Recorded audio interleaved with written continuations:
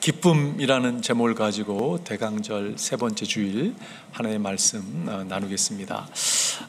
저희 육신의 아버님이 어렸을 때 별명이 있었는데요, 별명이 최 목사였습니다. 그 이유는 어렸을 때 교회 잘하시면서 성경 암송을 그렇게 잘하셨다고 해요. 그러셨는데 이렇게 주님을 부인하는 건 아니었지만 할아버님이 돌아가시고 여러 가지 삶의 어려움을 겪으면서 교회를 떠나 계셨었습니다. 어렸을 때 기억 가운데 하나가 아니라 여러 번 어떤 기억들이 있냐면, 아버님이 이렇게 약주를 드시고 술에 취하시면 저와 저 형님을 이렇게 앉혀놓고 말씀을 하시는데 꼭 저한테 너는 목사가 되어야 된다고, 당신이 이루지 못한 꿈을 저한테 이렇게 강요하셨던, 저는 전혀 이해가 안 됐습니다. 제가 신앙도 없을 뿐더러 목사라는 것과는 거리가 먼 사람이었는데 아버님이 아마 그 마음이 늘 계셨던 것 같습니다. 한 번은 저와 저 형님을 앉혀놓고 성탄절기였는데 노래를 불러주셨어요. 기쁘다 구주 오셨네, 만백성 맞으라. 그 표정이 아직도 기억이 납니다. 아버님이 그립기도 하고 그 찬양이 얼마나 참 귀한 찬양인가라는 생각이 들었어요.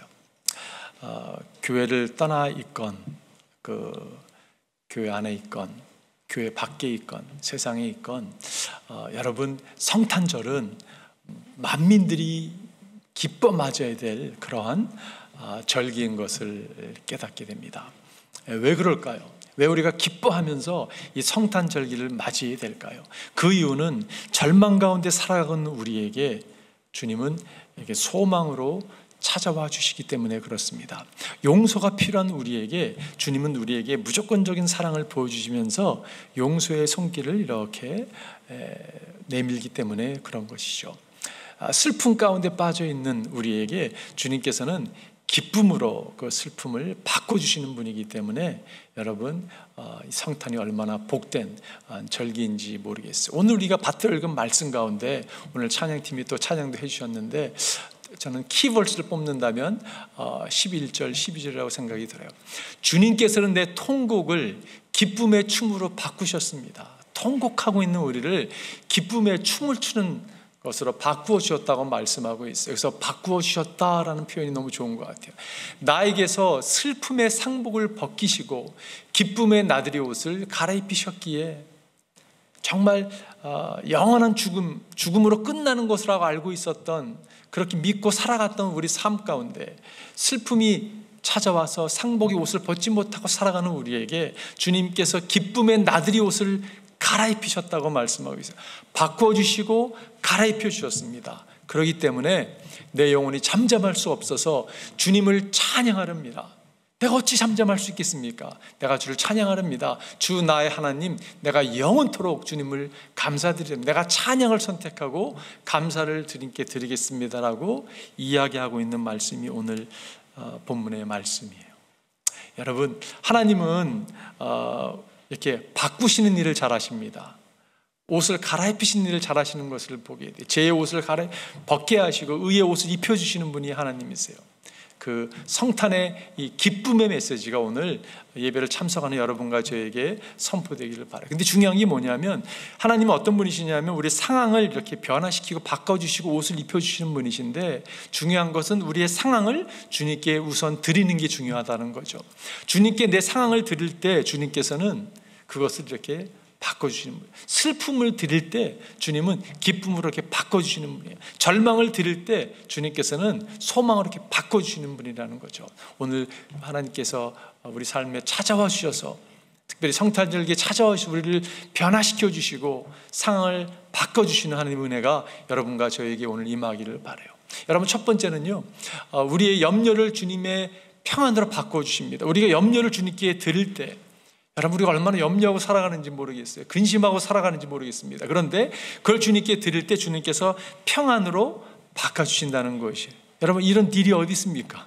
세상에 어느 곳을 찾아봐도 이런 딜이 있는 곳이 없죠. 오늘 본문을 시작합니다. 주님께서 나를 수렁에서 건져주시고 내 원수가 나를 비웃지 못하게 해주셨으니 내가 주님을 우러러 찬양하렵니다. 여러분, 내 원수가 나를 비웃지 못하게 해주셨으니 삶의 원수들이 있는 것을 보게 돼요. 우리가 뚫고 가야 될 문제들이 있고, 여러분 넘어야 될 산들이 있고, 원수들이 우리를 조롱하고 원수들로 인하여 우리가 수렁에 빠져 있을 때가 있습니다. 그러면서 정신적인 그런 공격을 받을 때가 많이 있는 것을 보게 돼요. 특별히 요즘처럼 정신적으로 우리를 이렇게 공격해오는 것이 얼마나 많은지 모르겠어요. 그래서 잠을 못 이루기도 하고 염려 근심하고 하기도 해서 얼서가 생기기도 하고 있는 것이 우리의 모습일지 모르겠어요. 그런 우리에게 주님께서 오늘 이렇게 말씀하십니다. 여러분, 염려하고 근심하고 있는 우리에게 뭐라고 말씀하시냐면 이렇게 말씀하세요. 그러므로 내일 일을 걱정하지 말아라. 내일 걱정은 내일이 맡아서 할 것이다. 한날의 괴로움은 그날에 겪는 것으로 족하다. 과연 나에게 소망이 있는가? 과연 나에게 미래가 있는가? 내일이 있는가? 염려하고 있는 우리에게 주님께서 오늘 이렇게 말씀하고 있는 것이에요. Don't worry, 이렇게 말씀하고 계세요. 여러분, 무엇을 염려하고 계십니까? 우리가 염려하는 걸 보게 되면요, 많은 것이 있죠. 뭐 관계에서 찾아오는 염려도가 있을 때가 있고, 건강 이전 같지가 않아라고 이야기하면서 건강을 염려하는 분들도 계시고, 부모님을 염려하는 분들도 계시고, 자녀들 염려하는 부모님들도 계시고, 재정적인 커리어를 염려하는 분도 계시고, 사업을 여러분 염려거리가 얼마나 많은지 모르겠어요. 근데 그런 우리를 향해 주님께서 염려하지 말라라고 말씀하고 있어요. 과연 우리는 코로나와 싸워서 이길 수 있는가? 부터 시작해서 수많은 염려거리가 여러분 우리 가운데 있는 것을 보게 되죠.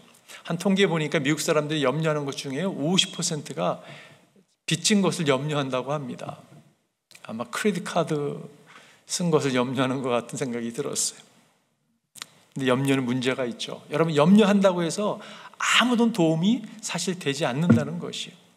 92%는 절대 일어나지 않을 일들을 우리는 염려한다고 이야기합니다. 여러분, 염려는 문제가 있어요. 그죠? 염려는 늘 제가 그런 생각을 해봐요. 자동차 주차 시동을 켜놓고 주차 모드에 놓고서 엑셀레터를 밟는 거 비슷하다고 생각이 들어요. 여러분, 밟게 되면 무슨 소리가 납니까? 부릉 소리가 나죠. 더 세게 밟아보십시오. 더 큰 소리가 날 것입니다. 그러나 아무데로 이 차는 우리를 데려다 줄 수 없는 거죠. 흔들의자에 앉아가지고 계속 흔들거리는 모습과 비슷합니다. 근데 여러분, 사실 영향을 끼치기도 해요. 어떤 영향을 끼치냐면요, 육체적으로, 정신적으로, 영적으로 영향을 끼치는 것을 보게 됩니다. 스트레스 같은 게, 염려가 아까 말씀드린 얼서를 만들기도 하고, 위궤장을 만들고, 위산을 더 많이 과다하게 나오기도 하고, 여러분 불면증에 시달리기도 하고, 정신적인 어려움을 겪고 있는 것을 보게 돼요. 이런 사람은 복이 있나니, 여러분 들어본지 모르겠어요. 이런 사람은 복이 있나니 낮에 너무나 바빠서 염려할 시간이 없고 밤에 너무나 졸려서 염려할 시간이 없는 사람은 복이 있나니. 여러분같이 그랬으면 좋겠어요. 그냥 정말. 근데 늘 보면 우리가 염려를 붙들고 살아가는 모습이 있습니다. 특별히 팬데믹을 지나면서 여러분 정신적으로 정신질환을 앓고 있는 분들이 많다는 그러한 뉴스를 접하게 됩니다. 제가 지난주에 한 뉴스를 접하면서 이거 어떻게 정신적으로 정말 공격을 당하는 거라는 생각, 영적인 전쟁이라는 생각이 들었어요. 여러분도 아마 접했을 것입니다. 독일의 한 사람이 자기 아내가 백신을 맞지 않았는데 그 위조 백신 증명서를 만들었다고 하죠. 만들어가지고 이게 발각이 되지 않았습니다. 그런데 이것이 혹시 발각이 될까봐 두려워서, 이것을 발각이 되면 우리 아이가 셋인데 이 양육권을 정부가 가져갈까봐 두려워서, 여러분 그래서요 무슨 일을 저질렀냐면요, 아내를 쏴 죽였습니다. 자녀가 10살, 8살, 4살인데 아이들 다 순서대로 죽였어요. 그리고 자살을 했습니다. 여러분 이걸 어떻게 이해할 수 있겠어요? 이것은 그냥 정신이 약간 멀쩡하지 않은 사람이 저지른 일이라고 이야기하기에는, 여러분 그분의 이 평범한 삶을 살았던 사람이거든요. 저는 이런 것들이 영적으로까지도 이게 다 연결되어 있다고 생각이 들어요. 이것이 정신적인 것이 영적인 영향을 자극하고 이끌어가는 것을 보게 됩니다. 그런데 여러분, 그런 상황 가운데서 주님께서 우리에게 무슨 뭐라고 말씀하신, 너의 그러한 정신적으로 두려워하고 갈등하고 염려 근심하는 것을 내게 달라고 주님이 말씀하고 있다는 것이에요. 내게 줄 때 내가 너에게 평화로 바꿔줄게, 평안으로 바꿔줄게라고 주님이 우리에게 약속하고 있다는 사실이에요. 여러분, 이게 얼마나 감사합니까? 수고하고 무거운 짐진 자들아 다 내게로 오라라고 주님 말씀하고 있어요. 여러분, 인생에 얼마나 무거운 짐이 있습니까? 지치고 힘들고 갈등하고 근심하고 잠 못 이루는 우리에게 내게 오라, 와서 쉬어라고 말씀을, come and rest라는 단어를 주님이 사용하고 계십니다. rest하라고, 쉬라고. 여러분, 염려하고 근심함으로 쉬지 못하는 우리에게 come, 내게 오라, 그리고 쉬라라고 주님이 말씀하고 있어요. 내 안에서 평안을 누리라라고 주님이 말씀하고 있습니다. 모든 염려를 주께 맡기라, 이는 저희가 너희를 경고하심이니라. He cares for you. He cares. 주님이 우리를 돌보시기 때문에, 여러분, 나를 돌보시는 하나님, 그래서 여러분과 제가 붙들고 나아가기를 바라요. 주님께 염려를 맡긴다는 의미가 무엇입니까, 여러분? 그 말은요, 이런 의미입니다. 하나님이 모든 것을 다스리고 계십니다를 인식하고 믿는 거예요.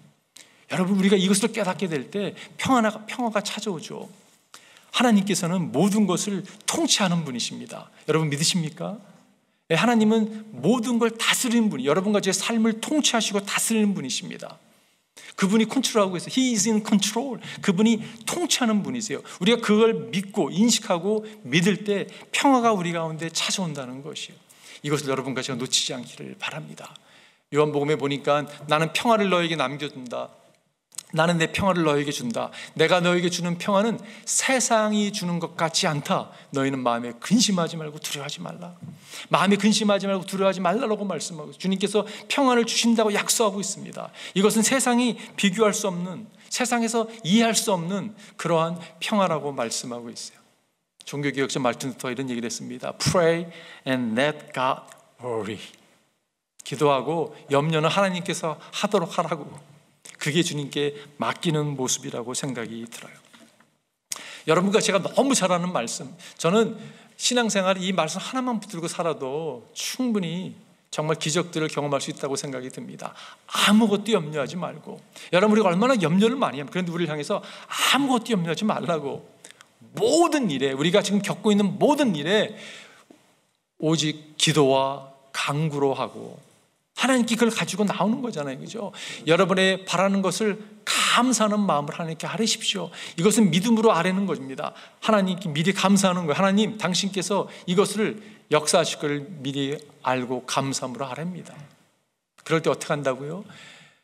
그리하면 하나님의 헤아림을 뛰어넘는, 사람의 헤아림을 뛰어넘는 하나님의 평화가 여러분의 마음과 생각을 그리스도 예수 안에서 지켜주실 것입니다. 주님께서 우리의 마음과 생각을 지켜주시면 되는 거잖아요, 그죠? 사람의 헤아림을 뛰어넘는 하나님의 평화가 임한다고 성경은 우리에게 약속하고 있어요. 여러분, 염려를, 근심을 주님께 드리십시오. 그리고 이 성탄절기에 우리에게 평화를 주시기 위해 찾아오시는 주님을 여러분과 제가 경험하게 되기를 바라요. 두 번째는 우리의 상처를 주님의 치유로 바꿔주십니다. 여러분과 제가 상처가 있습니다. 여러분, 영적으로, 육적으로, 관계적으로 상처가 없는 사람이 없어요. 상처를 주님께 드렸는데 주님은 치유로 우리를 바꿔주시는 것을 경험하게 돼요. 오늘 본문이 본문의 2절에 보니까 주 나의 하나님, 내가 주님께 울부짖었더니 주님께서 나를 고쳐주셨습니다. 울부짖었다는 말이 무엇입니까, 여러분? 그 상처를 가지고 주님께 나아갔더니 주님께서 나를 고쳐주셨다라고 말씀하고 있어요. 여러분, 상처가 있으십니까? 그 상처를 가지고 오늘 주님께 나아가십시오. 주님께서는 그 상처를 치유하시는, 고쳐주시는 분이라는 것이에요. 시편 138편 7절에 보니까 내가 고난의 길 한복판을 걷는다고 하여도, 저는 이 새 번역이 너무 아름답게 시적으로 표현했다고 생각이 듭니다. 내가 고난의 길 한복판을 걷는다고 하여도. 우리 가운데 고난의 길 한복판을 걷고 계신 분 계십니까?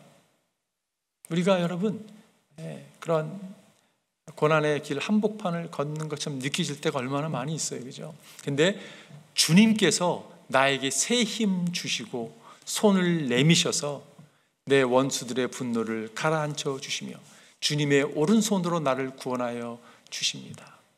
여러분, 고난의 길 한복판을 걷고 있는데 도저히 내가 이것을 이겨낼 수 있을까라는 의문이 들기도 하는데, 그 가운데 주님께서 뭘 주신다고요? 새 힘을 주신다고 말씀하고 있어요. 주님께 주시는 힘으로 우리가 그 상황을 뚫고 나가는 거예요. 고난을 뚫고 나가는 거예요. 주님이 힘을 주지 아니하시면 여러분 어떻게 뚫고 나갈 수 있겠어요? 그죠? 근데 그 힘으로 여러분과 제가 뚫고 나가는 것입니다. 그럴 때 여러분, 하나님의 오른손이 우리를 붙들고 있는 것을 경험하게 돼요. 여러분과 제가 주님께 상황을 주님께 내어드리기를 바랍니다. 시편 131절 보니까 주님, 내가 깊은 물속에 주님을 불렀습니다. 여기서 불렀다는 의미는요, 그냥 부르는 게 아니라 cry out 하는 거. I cry to you, Lord. I cry to you. 하나님께 cry out 하는 거예요. 소리질러 주님께 부르는 거예요. 여러분, 엉뚱한 것에 가서 부르지 마십시오. 답이 아닌 것에 부르지 마십시오. 오직 예수 그리스도께 나와서 주님께 부르짖는 여러분과 제가 되기를 바라요. 나음 1장 7절에 보니까 주님은 선하심으로 환난을 당할 때 피난처가 되십니다. 주님께 피하는 사람은 주님께서 보살펴 주님께 피한다는 의미는 주님을 신뢰한다는 의미예요. 영어로 보니까 those who trust in him, 주를 신뢰하고 그분께 피할 때 주님께서 주시는 은혜가 있는 것을 보게 돼요. 여러분, 고통은 늘 우리 가운데 찾아옵니다. 그런 표현 있잖아요. Pain is inevitable. Pain은 피할 수 없습니다. But misery is optional. 그러나 비참하게 되는 것은요, 선택이에요. 여러분, 늘 고난이 있습니다. 그런데 우리가 딱 붙들릴 게 뭐냐면 예수 그리스도죠. 주님께 나와서 우리의 상처를 내어 드릴 때 주님이 우리를 치유하시는 것을 보게 돼요. 최근에 제 아내가 좀 아팠습니다. 무척 토사강난이 나서요. 먹으면 먹지도 못했죠. 토하고 설사하고 여러 가지 열이 나고, 처음에는 무슨 코비드 걸린 거 아니야라는 생각이 들었었는데, 푸드 포이즌이 있고 토사강난이 났는데, 이렇게 아파하는 모습을 옆에서 보면서요, 제가 할 수 있는 것이 아무것도 없더라고요. 여러분, 그래도 제가 아내를 참 아끼고 사랑하잖아요, 그죠? 그런데 이렇게 아파하는 모습을 옆에 보면서 해줄 수 있는 것이 아무것도 없는 거예요. 내가 뭘 해줄 수 있을까? 근데 그리고 아파하다가 저까지 아프게 됐습니다.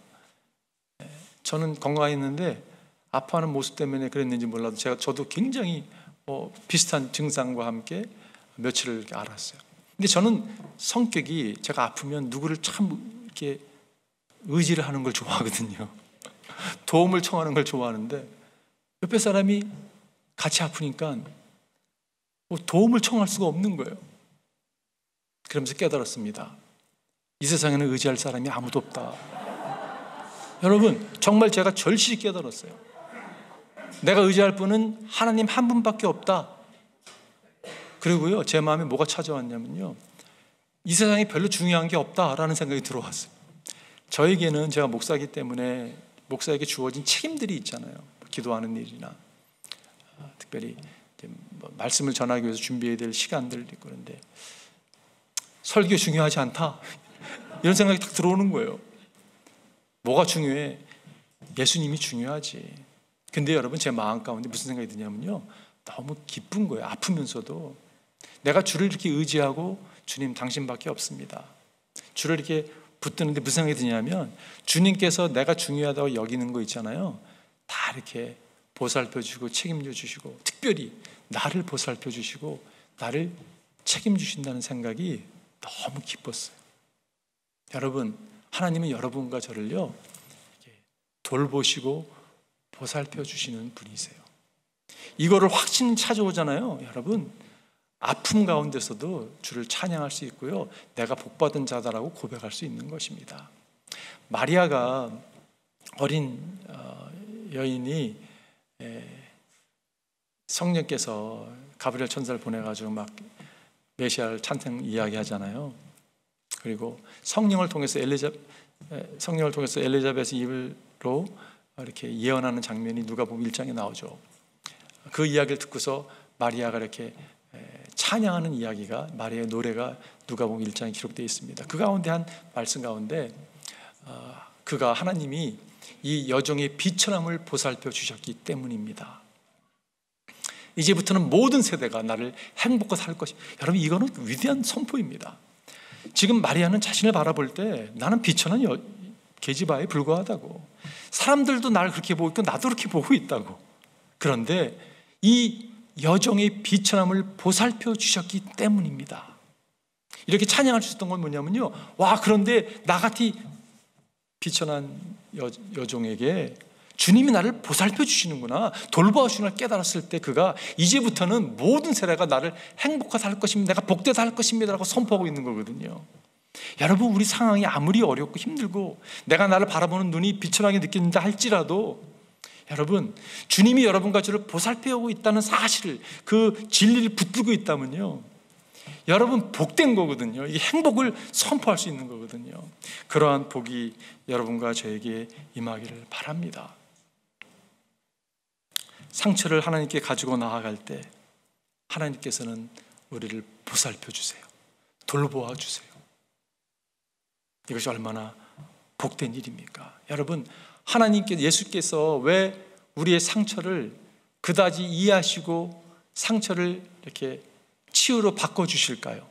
그 이유는요, 예수님은 상처를 하시는 분이세요. 예수님은요, 그냥 나 몰라라 하고 우리를 이렇게 큰 디스턴스가 있는 상황에서 신과 사람들의 관계가 아니라 우리를 이해하시기 위해서 육신의 몸을 입고 오셔가지고, 여러분, 우리의 상황을 다 이해하시고 그분이 직접 체험하신 분이십니다. 배신도 당하시고 거절함을 당하시고 조롱, 모욕을 당하시고 십자가에서 모든 고통을 다 이겨낸 분이세요. 그렇기 때문에 여러분과 저의 아픔을 아시는 분이세요. 상처를 아시는 분이세요. 그렇기 때문에 여러분과 제가 예수님께 가지고 나가야 되는 거죠. 그럴 때 그분의 치유를 경험하게 됩니다. 그뿐만이 아니라, 우리를 치유하실 뿐만이 아니라 우리가 받은 그 위로를 가지고 다른 위로가 필요한 사람을 향해서 나아가도록 하나님이 인도하시는 걸 보게 돼요. 여러분과 저는 사역자입니다. 그렇기 때문에 여러분과 저에게는요, 하나님이 라이프 메시지를 주셨어요. 여러분, 제가 한번 질문해 볼게요. 여러분의 라이프 메시지는 무엇입니까? 라이프 메시지 이런 거예요.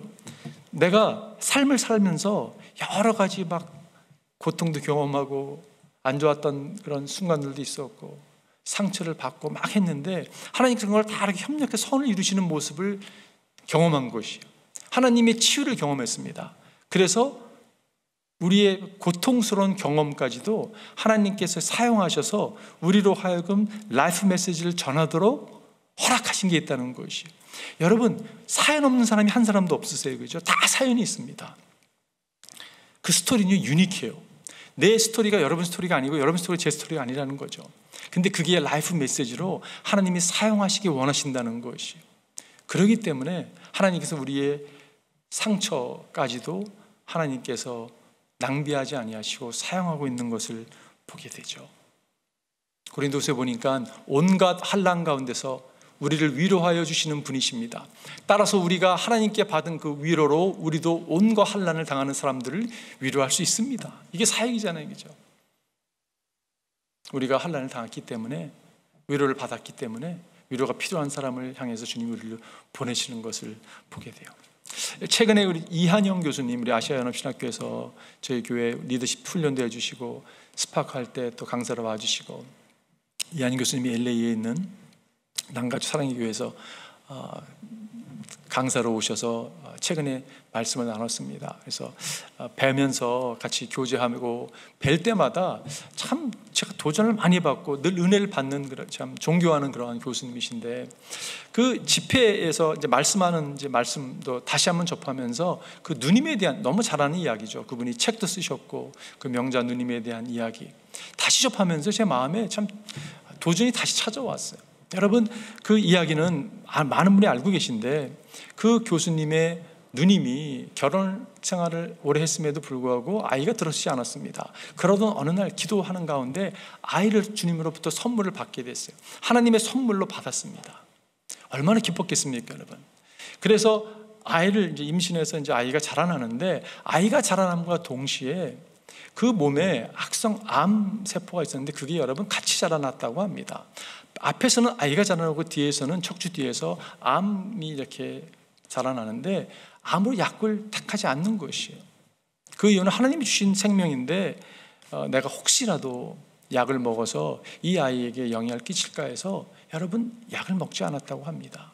그 고통이 얼마나 심했는지 척추의 뼈들이 다 부러질 정도로 그렇게 어려움 가운데 8개월이 되던 날 너무 고통이 심해서 기절을 하고 병원에 갔더니 아니 어떻게 사람이 이렇게까지 내비둘 수 있냐고, 이게 어떻게 가능하냐고. 그 가운데 아이가 나와서 인큐베이터에서 자라고 있고, 이제 죽음을 앞에 서 있는 그 누님, 그 모습을 이한영 교수님이 보시면서, 그때는 의사였는데 뭐 여러 가지 이야기했지만 주님, 누님 살려주시면 제가 목사 될게요라고 헌신을 했다고 합니다.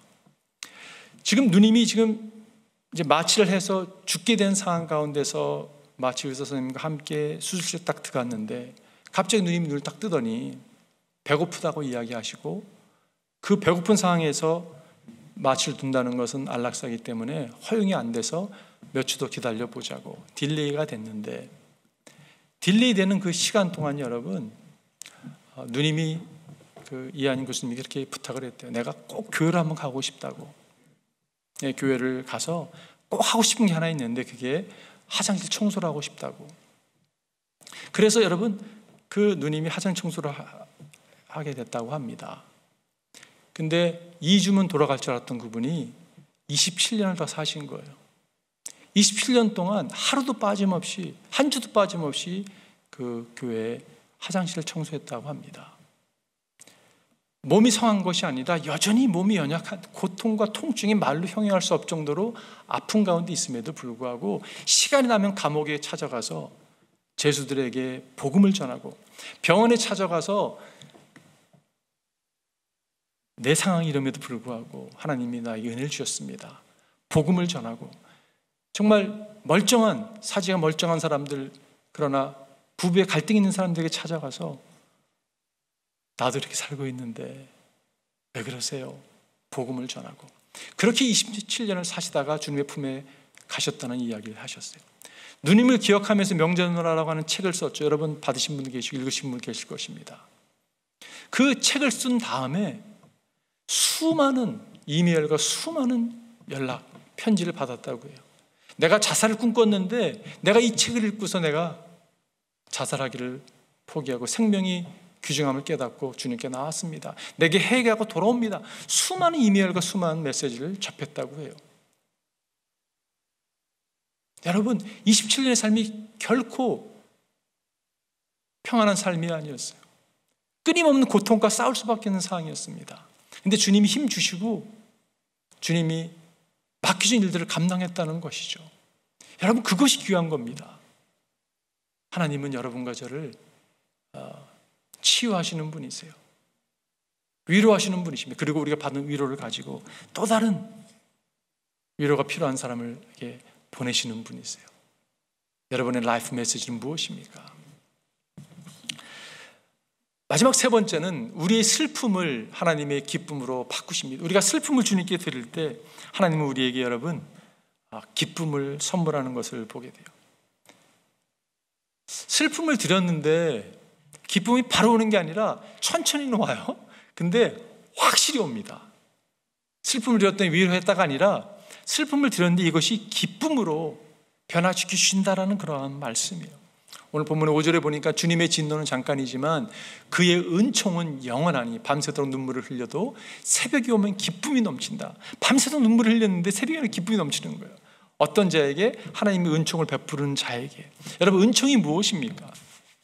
오늘 영어 성경은 favor라는 단어를 사용해서 What is favor? favor가 무엇입니까 여러분? favor는요 예수 안에 있는 거거든요. 하나님이 주시는 것이거든요. 하나님이 이렇게 예수를 통해서 우리에게 주시는 것이에요. 그 은총을 받을 때 밤새도록 눈물을 흘렸었는데 슬픔이 변하여 기쁨으로 나아가는 것을 보게 돼요. 오늘 본문 가운데 제가 11절 너무 좋았어요. 그래서 오늘 찬송도 이렇게 찬양팀에게 부탁을 드렸었는데 주님께서 내 통곡을 기쁨의 춤으로 바꿔 주셨습니다. 나에게서 슬픔의 상복을 벗기시고 기쁨의 나들이 옷을 갈아입히셨기에. 표현이 너무 좋지 않습니까, 여러분? 통곡, 정말 땅을 치면서 서러워 울고 있는 나에게 기쁨의 춤으로 덩실덩 춤을 추도록 주님께서 이렇게 바꿔 주셨어요. 슬픔의 상복을 벗기시고. 여러분, 아직도 슬픔의 상복을 입고 계시는 분들이 계세요. 남편을 보낸지 아내를 보낸지 최근에 보낸 분도 계시고 몇 년이 지났음에도 불구하고 아직도 상복을 입고 있는, 벗지 못하고 있는 우리에게 주님이 오셔서 기쁨의 나들이 옷을 갈아입히셔. 제가 이 나들이 옷 막 묵상하는데 오늘 새벽 4시에 깨닫게 됐어요. 자다가 딱 이거구나. 그래서 새벽 4시 다시 일어나서 적었습니다. 나들이 옷을 입고. 여러분 어디 가세요? 저 나들이 갈 때 이렇게 입고 가지 않거든요. 나들이 갈 때요 정말 편한 옷을 입고 가요. 룰루랄라 하면서 휘파람을 불면서 가는 게 나들이거든요. 근데요 소풍이라는 단어가 딱 떠올랐어요. 소풍 가듯이. 그러면 생각이 들었던 게 뭐냐면 인생은 소풍이야. 천상명 씨의 그 귀천이라는 시가 또 떠올랐습니다. 그걸 다시 한번 찾아보았어요. 여러분 그 시의 마지막 표현이 이렇게 표현하고 있죠. 나 하늘로 돌아가리라. 아름다운 이 세상 소풍 끝내는 날 가서 아름다웠더라고 말하리라. 이 천상명 씨가 귀천이라는 시를 썼을 때 여러분 평안한 데 쓰지 않았습니다. 그가 군사 정권에 대응하다가 무슨 원인인지 모르지만 하여간에 감옥에 갇혀서 그가 마지막 순간을 지나는 가운데 쓴 시가 귀천이었어요. 충분히 원망하고 아니 이럴 수 있으면 불평할 수 있는 상황인데 뭐라고 표현하냐면요 소풍이라고 인생을 표현했어요. 나 하늘로 돌아가리라. 아름다운 이 세상 소풍 끝내는 날 가서 아름다운 나라고 말하리라. 여러분 이것이 왜 소풍이고 아름다웠다고 표현할 수 있습니까? 그 이유는 우리에게 영원한 나라가 준비되어 있기 때문에 그렇습니다. 여러분 상복을 벗지 못할 수가 있어요. 우리에게 이 소망이 없다면. 그러나 우리에게는 이 소망이 있잖아요, 그렇죠? 그렇기 때문에 여러분과 제가 기뻐할 수 있어요. 성탄절은 주님께서 죽음이 끝이야 라고 믿고 있는 우리에게 아니야, 죽음은 시작에 불과해 라고 우리에게 말씀해 주시기 위해서 오신 거거든요. 요한복음에 보면 내가 진정으로 너에게 말한다. 너희는 울며 애통하겠으나 세상은 기뻐할 것이다. 여러분 예수님 십자가에 못 박혀 죽었습니다. 죽음이 끝인 줄 알았어요. 그래서 제자들이 슬퍼했습니다. 애통했습니다. 세상은 기뻐했어요. 우리가 메시아라고 셀프 클레임 이야기하고 있는 저자를 죽였다. 사탄도 웃었습니다. 내가 하나님을 죽였다라고 웃었습니다. 그러나 너희가 근심에 쌓여도 근심이 기쁨으로 변할 것이다. 왜냐? 주님이 부활하셨잖아요, 그죠? 사망의 권세를 깨트리시고 주님이 약속하신 대로 주님은 죽으셨고 부활하셨습니다. 그래서 우리의 소망이 되셨어요. USC 대학교에 닥터 러브라고 하는 별명을 가진 교수님이 계십니다. 그분의 이름이 레오 버스카글리아라고 하는 분이셨는데 그분의 책에 보면 어머니에 대한 이야기가 나옵니다. 그 아버지가 사업을 하시다가 어려움을 겪고 파산을 하게 됐는데 파산의 소식을 집안에 딱 전하는 날 어머님이 갑자기 딱 일어나시더니 당신의 보석과 목걸이를 밖에 나가서 파셔가지고요 잔치를 벌이시는 거예요. 그 돈을 가지고. 주위 사람들이 이거 정신이 이상한 거 아니냐고 친지들이 비난의 말을 했다고 합니다. 근데 어머니 뭐라고 표현하셨냐면 그날만큼 우리 가족에게 기쁨이 필요한 날이 없었기 때문에 내가 그런 결정을 했노라고 이야기했다고 해요. 아버지에게도 그때 상을 물어보니까 아버지가 뭐라고 표현했냐면 너희 어머님이 자신이 소중히 여기는 것 그거를 팔아서 이렇게 잔치를 준비했을 때 그거보다 우리가 더 소중하다는, 가족이 더 소중하다는 것을, 내가 소중하다는 것을 깨달아서 내가 다시 용기를 얻고 결단 내리고 다시 일어날 수 있었다고 고백했다고 해요. 여러분 십자가를 우리가 자주 바라보아야 되는데, 십자가의 메시지가 무엇입니까? 십자가의 메시지는 성탄의 메시지가 연결되어 있죠. 예수님이 태어나신 것, 인간의 몸을 입고 오신 이유는 십자가에 달려 죽기 위해서 오신 겁니다. 여러분, 죽기 위해 오셨어요, 그죠? 주님의 메시지가 무엇입니까, 여러분? 주님의 메시지는 심플합니다. You matter to me. 이게 주님의 메시지예요. You matter to me. 너는 나에게 존귀한 자라고. 이거를 깨달을 때, 아, 그렇구나. 세상은, 사탄은 You're a loser. 너는 망하고 말 것이야. 빌어먹을 것이야. 그렇게 얘기할지 모르지만, 사탄은 우리를 끌어낼지 모르지만, 주님은 내가 널 이만큼 사랑한다. You matter to me. 너는 존귀한 자다. 주님이 말씀하고 있는 것이. 누가복음에 보니까 천사가 그들에게 말하였다. 두려워하지 말아라. 나는 온 백성에게 큰 기쁨이 될 소식을 너에게 전해준다. 기쁨이 될 소식이 무엇입니까, 여러분? 기쁨이 된 소식 11절에 이어지죠. 오늘 다윗의 동네에서 너에게 구주가 나셨으니 그는 곧 그리스도 주님, 구주가 나셨으니 Savior has been born to you. 너에게 구주가 났다고 이렇게 말씀하고 있어요. 구주가 무엇입니까? 구원하시기 위해서 오신 분이에요, 그죠? 여러분과 제가 이 생이 끝이라고 여겼는데 아니다. 이 생은 끝이 아니라 끝과 함께 새로운 시작이 펼쳐질 거라고 우리에게 약속해 주기 위해서, 우리를 구원해 주기 위해서 주님이 오셨어요. 여러분, 기쁨이 반대말이 뭐라고 생각하세요? 슬픔이라고 생각하세요? 저는 그렇게 생각하지 않습니다. 기쁨의 반대말은요, 불신이라고 생각이 들어요. 불신.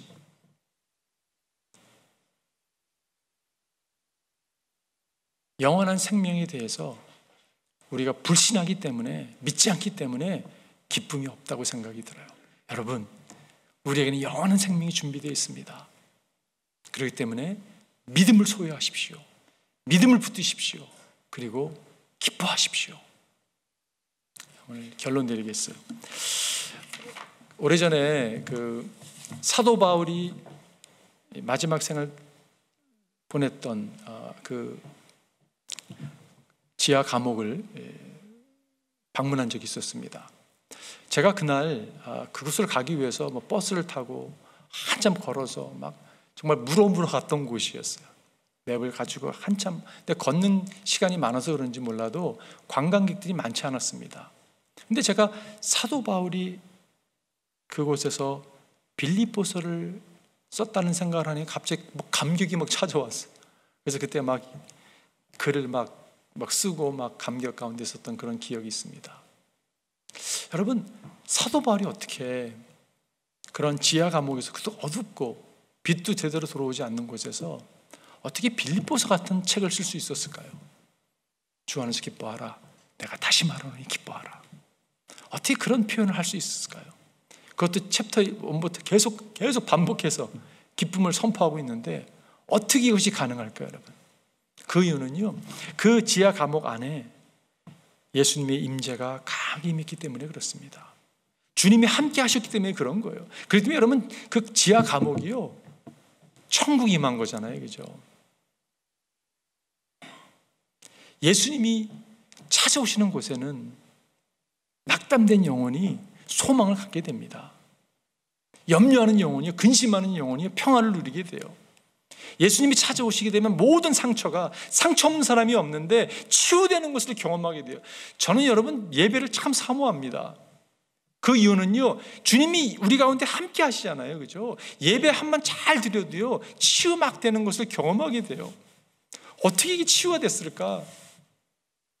내게 쓴뿌리가 있었는데 확 사라지는 것을 경험하게 돼요. 그게 예수님의 임재가 임하는 역사거든요. 슬픔이 변하여 기쁨이 되는 것이 예수 그리스도, 우리 가운데 오늘도 찾아오시는 예수 그리스도. 예수보다 귀한 분이 없습니다. 우리가 의지할 분은 예수님밖에 없어요. 여러분, 그분을 붙들고 복된 성탄 절기 되시기를 주님의 축원드립니다. 기도하겠습니다.